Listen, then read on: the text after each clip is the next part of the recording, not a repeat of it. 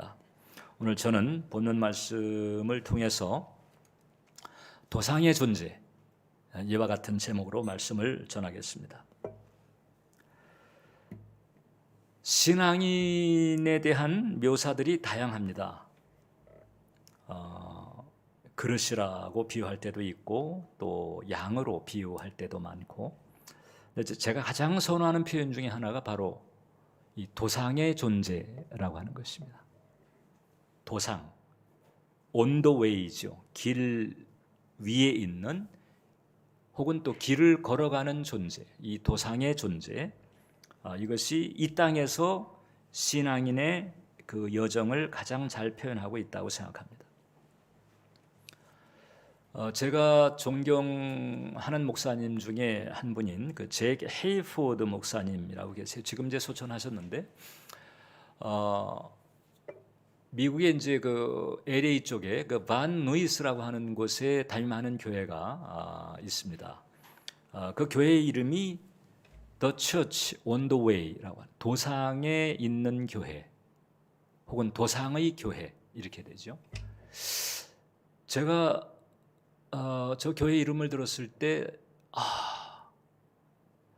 멋지다, 참 교회 이름 잘 붙였다, 이런 그 마음의 감화를 받은 적이 있어요. 잭 헤이포드 목사님은 메시지도 탁월하고 이 찬양의 은사도 탁월합니다. 그 마제스티라고 하는 곡을 만들기도 하신 분인데, 그 제가 영국에 있을 때 이제 한 미국의 그때 로버트 슐러 목사님 교회에서 그 처치 리더십 세미나가 열린 적이 있어요. 그래서 이제 거기에 참여를 하러 갔다가 이 교회를 꼭 한번 들러보자. 그리고 이제 이 The Church on the Way를 방문한 적이 있습니다. 마침 또 운 좋게도 그 특별 집회가 이제 열리고 있었어요.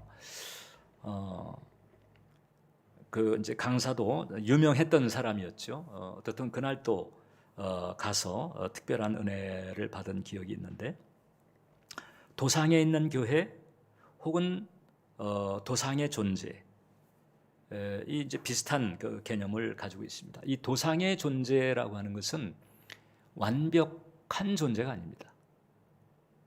완성을 향해서 나아가는 존재입니다. 자, 그러니까 이 도상의 존재는 이렇게도 바꿔 말할 수가 있습니다. 변화 중인 존재 혹은 공사 중인 존재, 이렇게 말할 수가 있습니다. 자, on the way, 길이라고 그랬는데, 그러면 이제 어떤 길일까?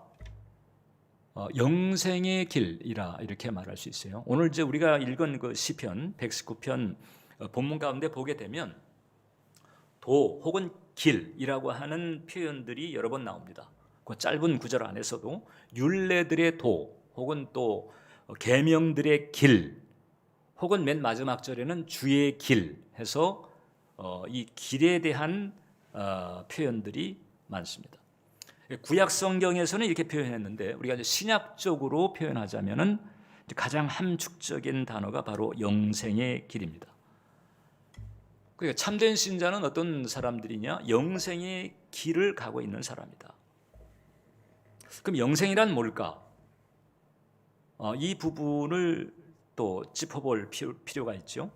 요한복음 17장을 보면 영생은 곧 유일하신 참 하나님과 그가 보내신 자 예수 그리스도를 아는 것, 이게 영생입니다. 보통 우리가 영생하게 되면 이제 죽어서 가는 천당, 그 천당에서의 그 영원한 삶, 이것을 이제 우리가 영생이다, 이렇게 흔히들 이제 많이 생각을 합니다만, 이 영생이라고 하는 것은 지금 예수님께서 내려주신 정의 그대로입니다.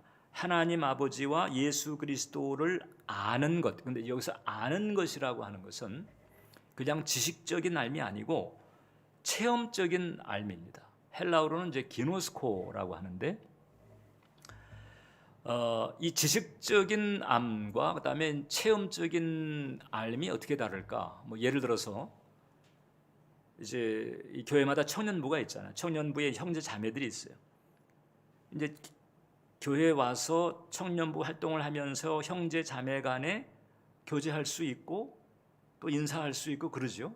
그래서 이제 어느 정도는 아는 거예요. 그런 수준의 알미 있죠. 반면에 이제 그 청년들 가운데에서 이제 마음을 합하게 돼 가지고 그래서 사랑하게 되고 그 다음에 이제 결혼의 꼴이나 하게 됐단 말이죠. 그럼 결혼한 다음에 그 형제 자매 간에 아는 것과 그냥 청년부에서 교제할 때 알미 다르잖아요. 그러니까 여기서 지금 하나님과 보내신 자 예수 그리스도를 안다라고 할 때는 바로 결혼 차원의 알미입니다. 체험적인 알미고 깊은 알미죠. 이것이 바로 영생입니다. 그러니까 영생은 죽어서 천당 가서만 누리는 것이 아니고 지금 여기에서 살아계신 하나님과 우리의 구속주가 되신 예수 그리스도를 마음속에 영접해서 구원받은 사람에게는 영생이 벌써 시작된 거예요. 영생을 얻었어요. 하나님과 예수 그리스도를 사랑과 신뢰의 차원에서 알게 됐으니까 이게 바로 영생이고, 그런 영생을 이미 얻은 사람이 죽은 다음에는 그 영생, 이미 얻은 그 영생 때문에 천당에 가는 거죠. 그래서 우리 영생은 이제 간략하게 이렇게 정리할 수가 있습니다. 십자가를 통해서 하나님과 사랑의 관계 안에 있는 상태, 십자가의 대속의 은총을 통해서 구원받아서 이제 하나님과 사이에서 신뢰와 사랑이 깊어지는 그런 상태에 있는 사람을 우리가 영생을 얻은 사람이다, 이렇게 말할 수가 있습니다. 비유적으로 우리가 또 이렇게 얘기할 수 있죠. 지금 이제 결혼한 그 남녀의 차원을 얘기를 했는데, 보통 이제 우리가 뭐 우정이라든지 혹은 어떤 지인과의 관계에서도 이제 그런 경우가 있을 수 있잖아요. 이제 누군가를 얘기할 때, 그 사람 내가 알아. 난 그 사람을 믿어. 누가 뭐래도 난 믿어. 그런 인격적인 신뢰, 또 인격적인 그런 친밀함을 가지고 있다면 역시 그것도 우리가 주님과의 관계를 가질 때에 우리가 이제 비교적으로 우리가 생각하면서 헤아릴 수 있는 거죠. 우리가 주님을 그렇게 생각하는 거예요. 주님의 성품에 대해서 알고, 주님의 스타일에 대해서 알고, 주님의 마음에 대해서 헤아리는 거죠. 그래서 언제 어떤 상황이 된다 할지라도 그 사랑에 대해서, 그 인격에 대해서 신뢰를 하는 그런 마음을 가졌을 때, 그런 주님에 대해서 그런 마음을 가진 사람은 영생을 얻었다, 이렇게 말할 수가 있어요. 그런 점에서 여러분, 가룟 유다는 오늘날 우리식으로 하게 되면 이제 교회를 다닌 사람입니다. 네, 교회를 다녔지만 그는 예수님과 사이에서 인격적인 관계가 열리질 않았어요. 예수님의 제자였습니다. 예수 12제자 중에 한 사람이었습니다. 그러니까 그 당시에 12제자라고 하게 되면 상당히 핵심 그룹입니다. 그러니까 이제 오순절 성령 강림했을 때로부터 초대교회가 시작됐는데, 그때 그날 3,000명이 회심을 했잖아요. 이제 그 이전에 이제 주님과 가까이 했던 사람들을 보게 되면 이제 성경에, 예를 들어서 이제 부활하신 주님께서 나타나셨을 때 500여 형제에게 나타났다고 그랬거든요. 그 500여 형제는 어떤 사람들이었을까? 어떻든 부활의 주님께서 당신을 보이실 정도로 주님께서 기억하시는 사람들이겠죠. 근데 복음서를 보게 되면 그 가운데서 또 70인의 전도팀이 나와요. 누가복음에. 또 그 70인이라고 하는 또 서클이 있는 거죠. 근데 이제 그 안에서 또 파고 들어가면 또 12제자가 있는 거예요. 가장 핵심 그래요. 물론 그 12제자 안에서도 뭐 베드로, 야고보, 요한 또 이렇게 갈 수 있겠지만 그 12제자만 해도 마치 오늘날 교회로 치게 되면 각 교회마다 이제 그 뭐 당회가 있고 장로들 있잖아요. 그 정도 된다고 볼 수가 있죠. 그럼에도 불구하고 가룟 유다는 그렇게 예수님의 그 측근 바로 곁에 있었음에도 불구하고 주님과 사이에 인격적인 관계가 없었습니다. 자, 그러니까 우리가 이제 이 교회를 다니고 예배를 참석하고 또 교회 활동을 하고 이런 부분이 참으로 귀하지만 영생이라고 하는 것은 그것 이상이다. 그것은 교회가 아닌 일상의 삶의 현장에서조차도 계속해서 주님을 바라보고 주님을 의지하며 인격적으로 신뢰하는 그런 관계 혹은 그런 마음의 상태, 이것이 바로 영생인 것이고 영생을 받은 사람이다, 이렇게 말할 수가 있어요. 그래서 도상의 존재로서 영생의 길을 가는 사람에게 있어서 가장 베스트의 마음 상태는 어떤 것인가 하니 하나님의 성품을 아는 거죠. 내가 그분의 성품을 알아. 그리고 그 성품에 맞추려고 하는 거죠. 그리고 그 하나님에게 가까이 하려고 애를 쓰는 거죠. 이 마음이 영생을 얻은 사람의 마음으로서 가장 베스트의 상태다, 이렇게 말할 수가 있습니다. 그런데 이제 이런 모든 일들이 생각을 통해서 일어나는 거거든요.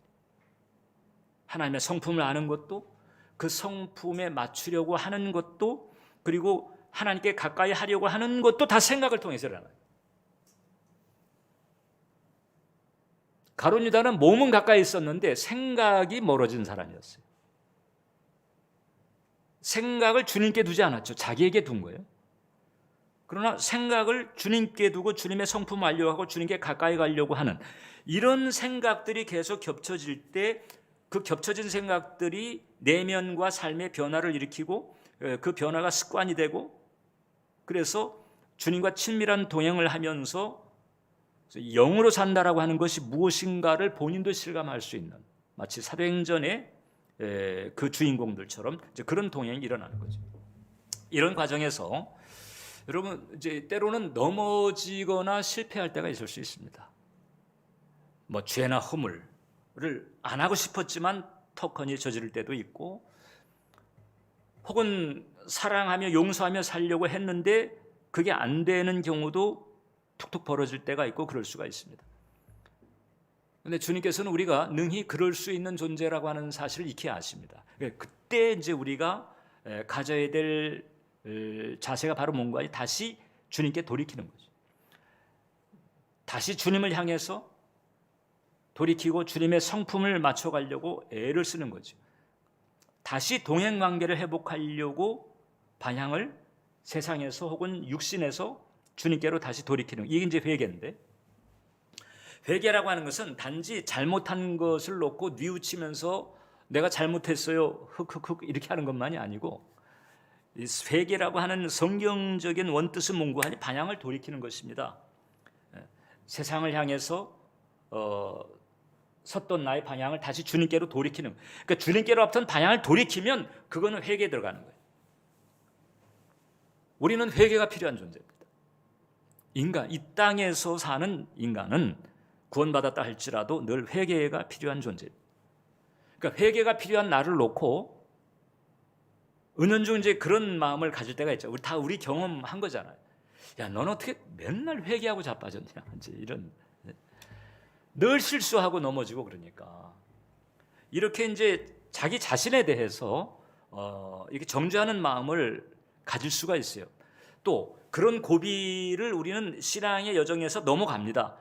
그런데 우리가 우리의 어떠함을 익히 알게 된다면 회개하는 것은 참 축복이다.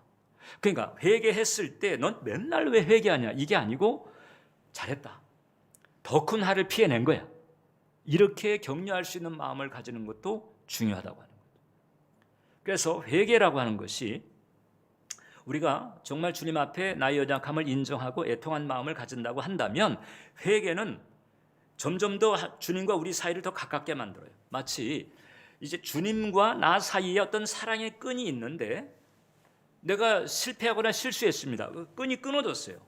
그런데 우리가 이제 회개하잖아요. 그러면 다시 주님은 그 끊어진 끈을 다시 묶어다가 다시 또 매듭을 만들어요. 그런데 또 턱하니 또 넘어졌어요. 다시 또 방향을 돌이킵니다. 회개잖아요. 그러면 또 주님은 그 끊어진 끈을 다시 또 붙잡아다가 이렇게 매듭을 합니다. 그러니까 이 사랑의 끈이 끊어졌다가 매듭할수록 자꾸 다시 갖다 묶어야 되니까 점점 더 가까워지죠. 매듭이 많을수록 끈은 점점 더 짧아져요. 매듭이 많을수록 주님과의 거리 관계가 더 가까워집니다. 이게 이 매듭의 역설이라고 하는, 매듭의 역설. 하나님은 우리들이 하루아침에 천사가 될 수 없다는 사실을 아십니다. 시간이 필요하다는 사실을 아시는 거예요. 중요한 것은 내가 하나님을 향해서 신뢰와 의존의 마음을 가지고 계속해서 주님을 향해서 돌이켜 가는 것, 주님을 향해서 돌이켜 가는 그 길을 걸어가는 것, 이게 바로 도상의 존재로서 이 땅에서 참된 신자가 걸어가는 길이다. 그리고 이제 그 길을 걸어가면서, 그러니까 정죄감에 빠지거나 자기 비하에 빠지지 말고 이 애통하면서 계속해서 의존의 마음을 가지고 도상의 존재로서 살아갈 때, 그때 이제 한켠으로 우리는 이 육신을 잘 이겨내는 법을 또한 터득해야 됩니다. 맨날 이제 이 불신앙 혹은 육신과 싸우는데 싸우는 족족 깨지면서 더 깔아앉고 더 멀어지는 것이 아니라 이 육신을 잘 이겨내는 법을 터득하는 것, 즉 거룩한 싸움의 기술을 익히는 것이 대단히 중요하다. 제가 한 그 이민 목회자의 단상을 이제 읽어본 적이 있습니다. 그분 한 40여 년 목회를 하신 분인데, 한국 목회도 한 20여 년, 미국에서도 이제 20여 년 목회 사역을 하면서 이분 글에 뭐라고 그랬는가 하니, 참 오랜 목회를 하면서도 풀리지 않는 질문이 있었다는 거죠. 그래서 이 풀리지 않는 질문에 대한 답을 얻기 위해서 참 무진애를 썼다는 거예요. 한 두 가지 정도 정리하자면, 첫 번째는 그것입니다. 왜 사람들이 설교 듣고 은혜를 받았다면서, 혹은 또 이제 그분 표현에 의하면 울고 불고 열심히 봉사도 하는데 왜 근본이 변하지 않는 것일까? 이것은 여러분 성도만이 아니고요, 목회자들도 안 그런 척해서 그렇지 사실상 이런 고민들을 안 가지고 있는 사람이 없습니다. 인간이면 하나님 앞에서 이런 이제 고심들을 하게 되는 거죠. 두 번째는 예수님의 분바신 대로 교회가 평신도들이 말씀을 전하며 초신자들이 믿음에 잘 자랄 수 있도록 세워주는 양육자, 뭐 예를 들면 이제 제자 훈련을 하면서 이제 이 성도가 또 성도를 교제하면서 훈련하면서 가는, 계속해서 이제 그 세대가 늘어나는 거죠. 가지치기가 되는 거죠. 이런 사역이 정말 어려운 것인가? 이분도 이제 그런 사역을 트라이했는데 잘 안 된 이런 어려움을 많이 겪었던 거죠. 그래서 이제 이 질문들을 놓고 주님 앞에 고민도 하고 기도도 하면서 여쭤봤다는 거예요. 그러다가 이 목사님이 이제 나름 이제 답을 얻게 된 것입니다. 어떤 답을 얻었는가 하니, 예수 그리스도의 십자가의 그 복음, 그러니까 예수님의 십자가와 그 부활의 복음, 이 복음을 전하는데 이 복음을 개념으로만 전했다. 그러니까 지식으로만 전했다. 이 복음을 삶으로 살 수 있도록 해줬어야 되는데 그러질 못했다. 이렇게 이제 반성을 한 거예요. 그 글을 보면서 일단 저는 중요한 통찰이라 이렇게 생각이 됐습니다. 그러면서도 이제 제 마음속에 한 가지 더 있는데, 한 가지 더 치명적인 장애물이 있다. 그것이 바로 뭔고 하니, 육신이라고 하는, 육신. 이 육신이 세면, 이 육신이라고 하는 게 뭔고 하니, 우리가 이제 예수님 만나가지고 변화가 되었다 할지라도, 즉 우리가 예수님의 십자가를 우리가 믿음으로 받아들일 때 그 십자가의 은총을 통해서 우리 옛사람이 죽었어요. 즉 죄의 세력 자체는 무력화돼서 더 이상 우리의 주인 노릇을 하지 못하지만, 예수님 만나기 이전에 그 기간이 얼마가 됐든지 간에 내 본성을 오염시킨, 내 본성을 물들게 한 죄성 혹은 자기중심성, 이게 이제 육신이거든요. 이 육신은 내가 구원받은 뒤에도 계속해서 존재하면서 틈만 있으면 고개를 쳐들고 나의 발목을 잡으려고 합니다. 그래서 이 육신은 구원받은 이후에도 죽어서 천국 가기 전까지 이 땅에서의 신앙 여정 동안 계속 씨름해야 되는 평생 싸움의 대적이다, 이렇게 보면 돼요. 그러니까 이 육신이 세면요, 복음을 받아도 그 받은 복음을 살게 하기 힘들게 합니다. 이 육신이 세면 복음을 들어도 복음을 그냥 지식으로 머물게 합니다. 계속 자기 생각, 자기 기준, 자기 신념, 이렇게 살게 만드는 거거든요. 육신이. 그러니까 육신이라고 할 때 무슨 뭐 계명을 깨고 뭐 거짓말을 하고 강도질을 하는 이런 죄만이 아니고 자기중심성이라고 하는 거야. 하나님 없이 살고 하나님 고려하지 않고 살아버릇한 그와 같은 그 자기중심성, 이게 이제 그 육신의 아주 중요한 그 포인트 중에 하나인데, 그러니까 이 육신이 세면 구원받았어도 여전히 옛사람 방식 그대로 살게 만드는 거예요. 마치 암세포 내지는 바이러스와도 같습니다. 의학자들에 의하면 모든 사람의 그 몸에는 이 암을 일으킬 수 있는 세포가 있다는 거잖아요. 또 바이러스도 수도 없이 있다는 거죠. 여러분, 숫자로 치게 되면, 우리 몸을 놓고 숫자로 치게 되면 진짜 주인이 미생물이라는 거잖아요. 엄청 많다는 거잖아요.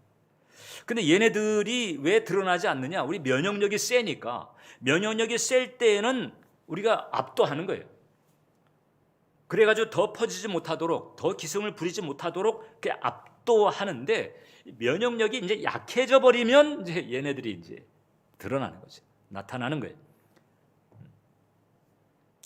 마치 육신이라고 하는 게 암세포 혹은 바이러스와도 같습니다. 이 영적인 면역력, 즉 영권 혹은 영력, 영성, 이게 약해지게 되면 꼭 고개를 쳐들고 이제 우리의 발목을 잡습니다. 이 육신은 그래서 우리가 적당한 노력 혹은 적당한 의지로 적당하게 다룰 수 없어요. 우리가 신앙생활하면서 왜 자꾸 기쁨을 누리지 못하고 혹은 성경에 언급된 그 능력이라고 하는 것이 내게는 왜 그림의 떡과 같은가? 이제 이 육신을 우리가 효과적으로 다루지 못하기 때문에 그랬습니다. 이 육신은 사실 다루기보다는 이제 죽여야 되는 부분이거든요. 육신은 죽여야 되는 속성을 가지고 있기 때문에 우리가 육신의 그 소리, 육신의 소리라고 하는 게 대부분 이제 부정적인 생각, 혹은 불신앙적인 생각, 혹은 완고한 마음, 혹은 낮은 자존감, 혹은 열등감, 적개심, 분노, 이런 데서 오는 거거든요. 이게 바로 육신의 소리인데, 이 육신의 소리는 이 경청할수록 손해인 거예요. 육신의 소리라고 하는 것은 이게 이제 내 생각을 통해서 들어오는 건데, 이것은 생각할수록 안 좋은 것입니다. 다다익선인 게 있고 다다 많을수록 안 좋은 게 있는데, 이 육신의 소리, 육신의 생각은 받아들일수록 안 좋은 거죠.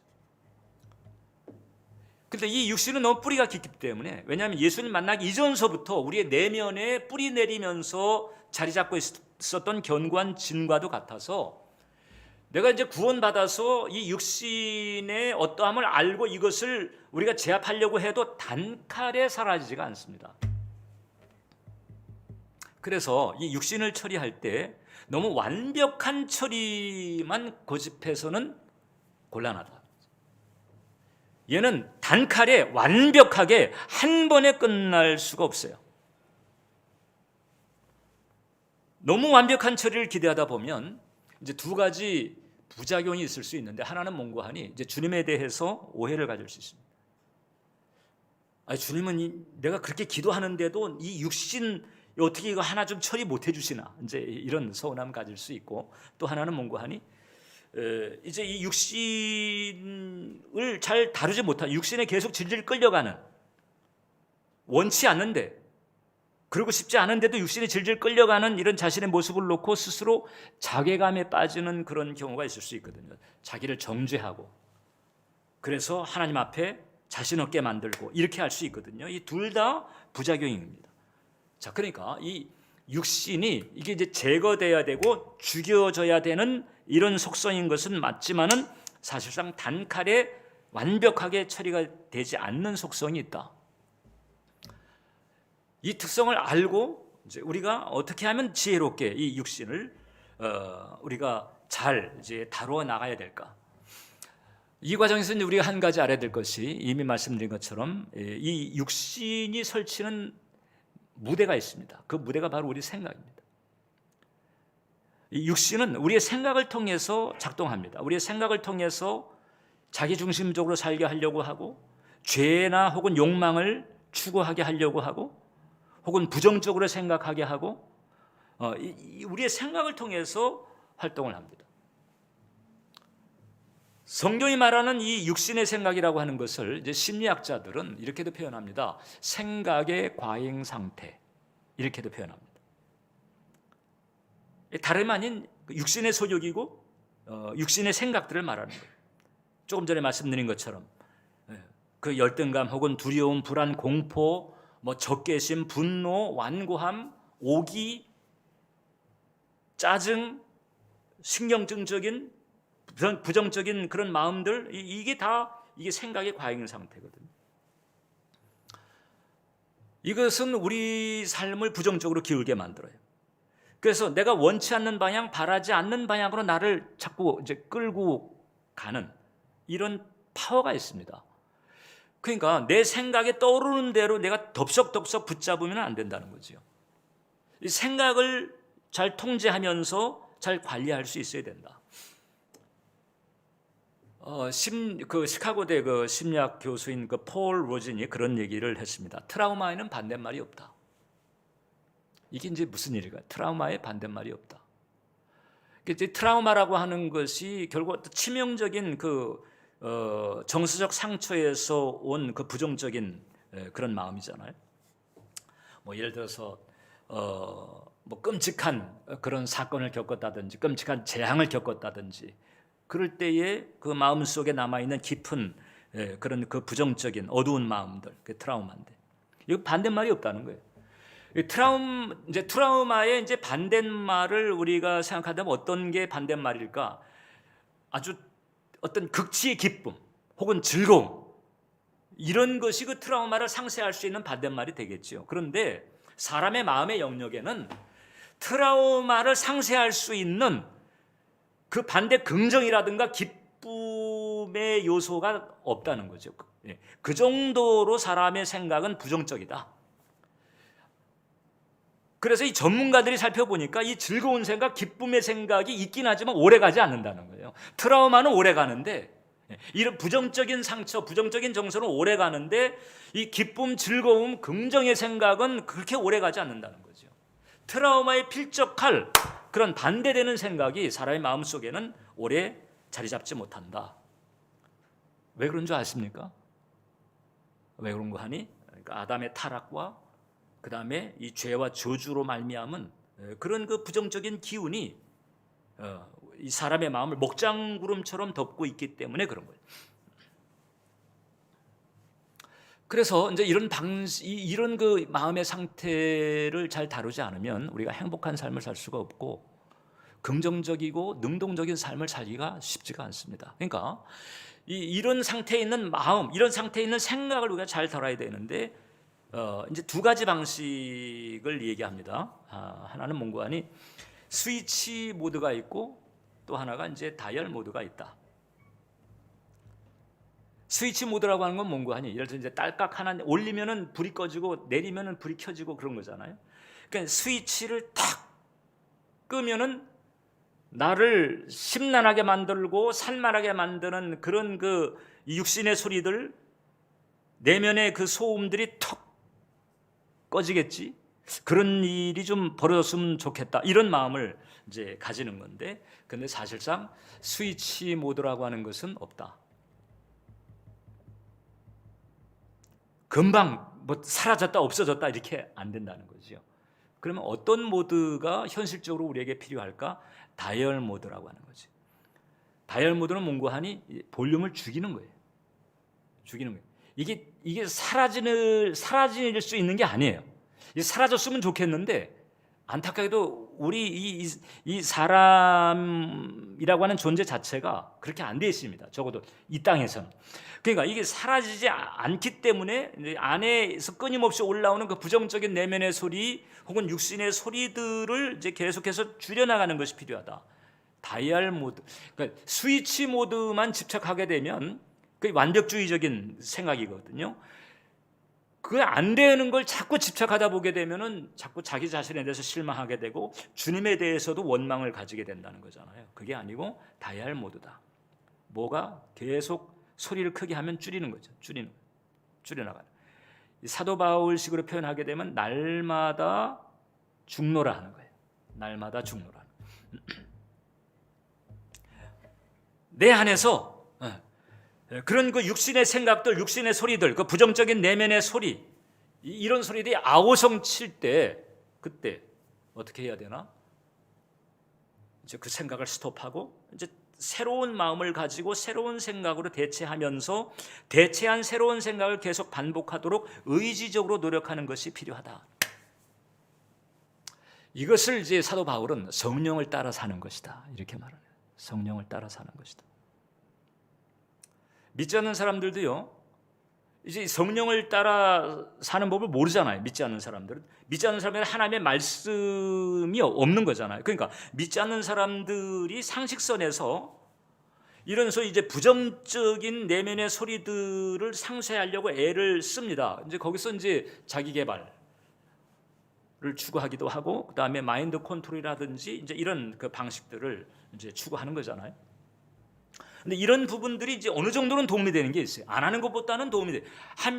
하는 만큼 도움이 되는 부분이 있습니다. 근데 문제는 뭔가 아니에요. 한계가 있습니다. 자기 개발이나 마인드 컨트롤에 한계가 있다. 만약에 이 자기 개발이나 마인드 컨트롤 같은 이런 그 방식이 정말 효과가 있었다고 한다면 이 세상은 지금처럼 이렇게 안 돼 있을 거예요.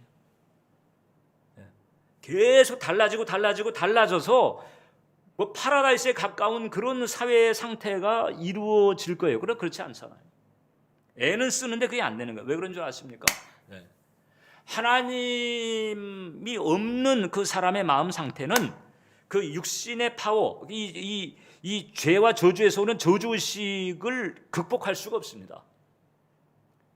사람의 마음 가운데 작동하고 있는 이 육신의 소리 혹은 또 이 저주의식이라고 할 수가 있는데 이것을 넘어설 수 있게 만드는 것은 오직 진리와 성령이다. 하나님의 말씀과 하나님의 영의 권능이 아니면 인간은 그 육신의 그 파워를 능가할 수가 없어요. 십자가 대속의 은총을 붙잡고, 오늘 우리가 아까 그 은혜로의 부름을 교독했잖아요. 그 십자가의 대속에 담겨있는 그 은총들입니다. 그것을 단단히 붙잡고 성령의 도우심을 구하면서 나아갈 때만이 비로소 우리는 이 죄와 이 육신의 파워를 넘어서서 그 이상의 차원을 우리가 살아갈 수 있다고 하는 거죠.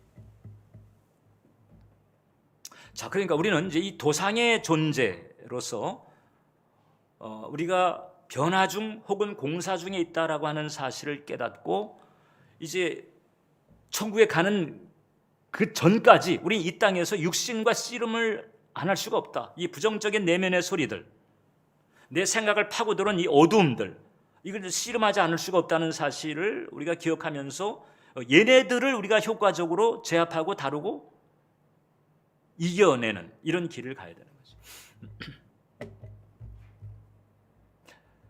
거죠. 요즘 이제 그 원더걸스의 선예라고 하는 자매가 이제 많이 이렇게 스포트라이트를 받는 것 같아요. 아무튼 원더걸스라고 있다면서요.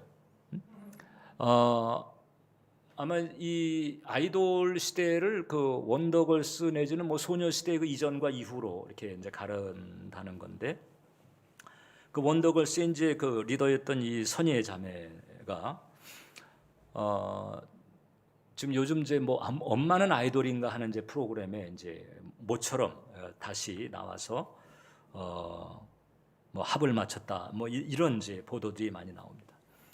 근데 이제 사람들이 그 선예에 이제 주목하는 이유 중에 하나는 뭔가 하니,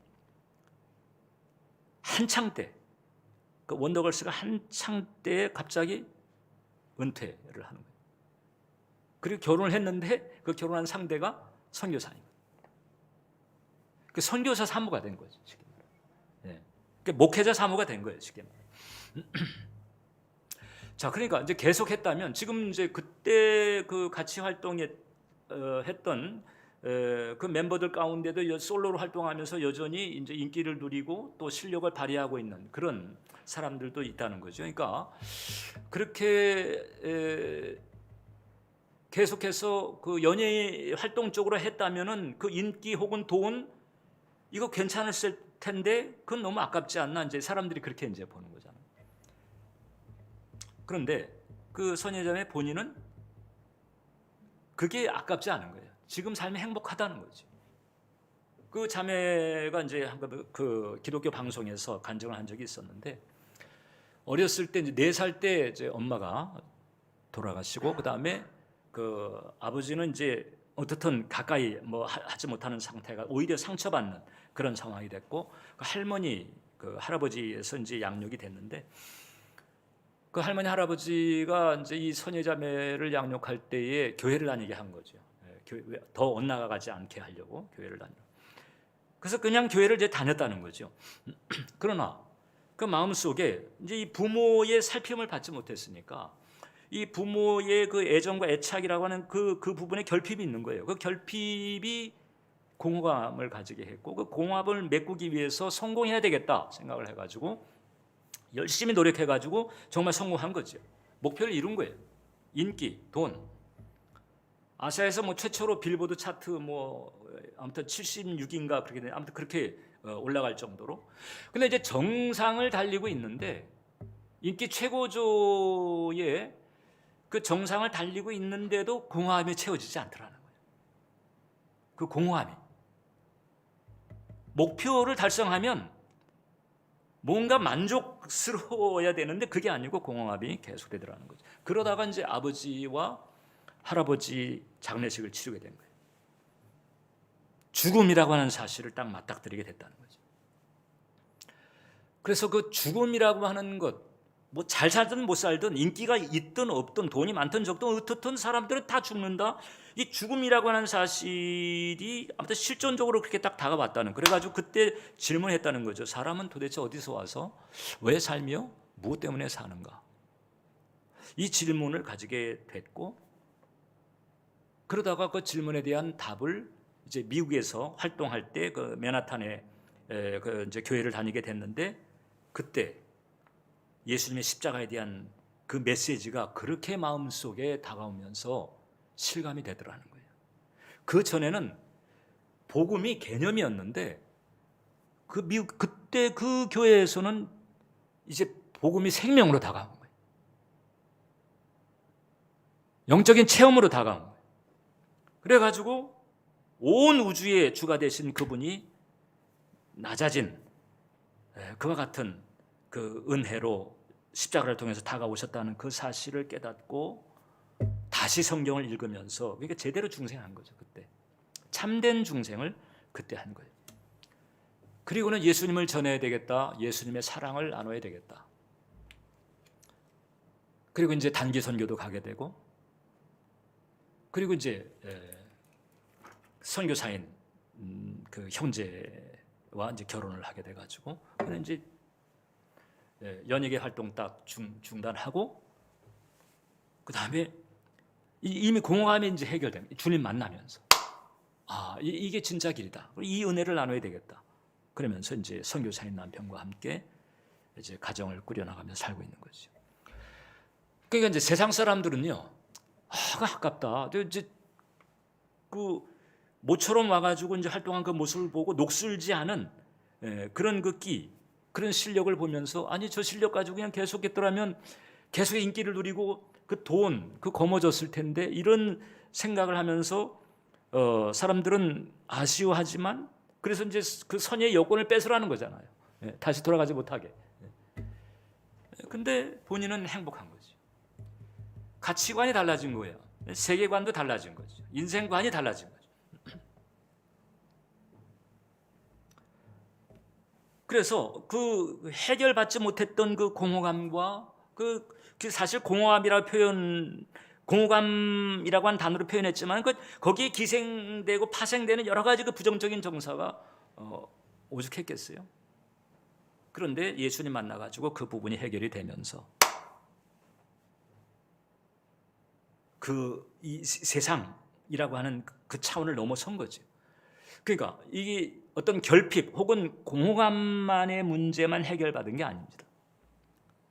진짜 영생의 은총을 깨닫게 되고 유한한 세계, 이 세계를 넘어서서 생명과 능력의 축복을 누리는 그런 삶으로 가고 있는 거예요. 이것은 이 은혜를 받고 체험한 사람만이 알 수 있는 그런 기쁨이 있고 은혜가 있는 거죠. 예수님은 십자가를 통해서 우리로 하여금 이 땅에서 이런 그 공허함을 비롯해서 결핍을 비롯해서 혹은 부정적인 정서를 비롯해서 이런 그 육신의 소리에 눌려 살고 있는 우리들에게 출구를 열어주신 줄 믿습니다.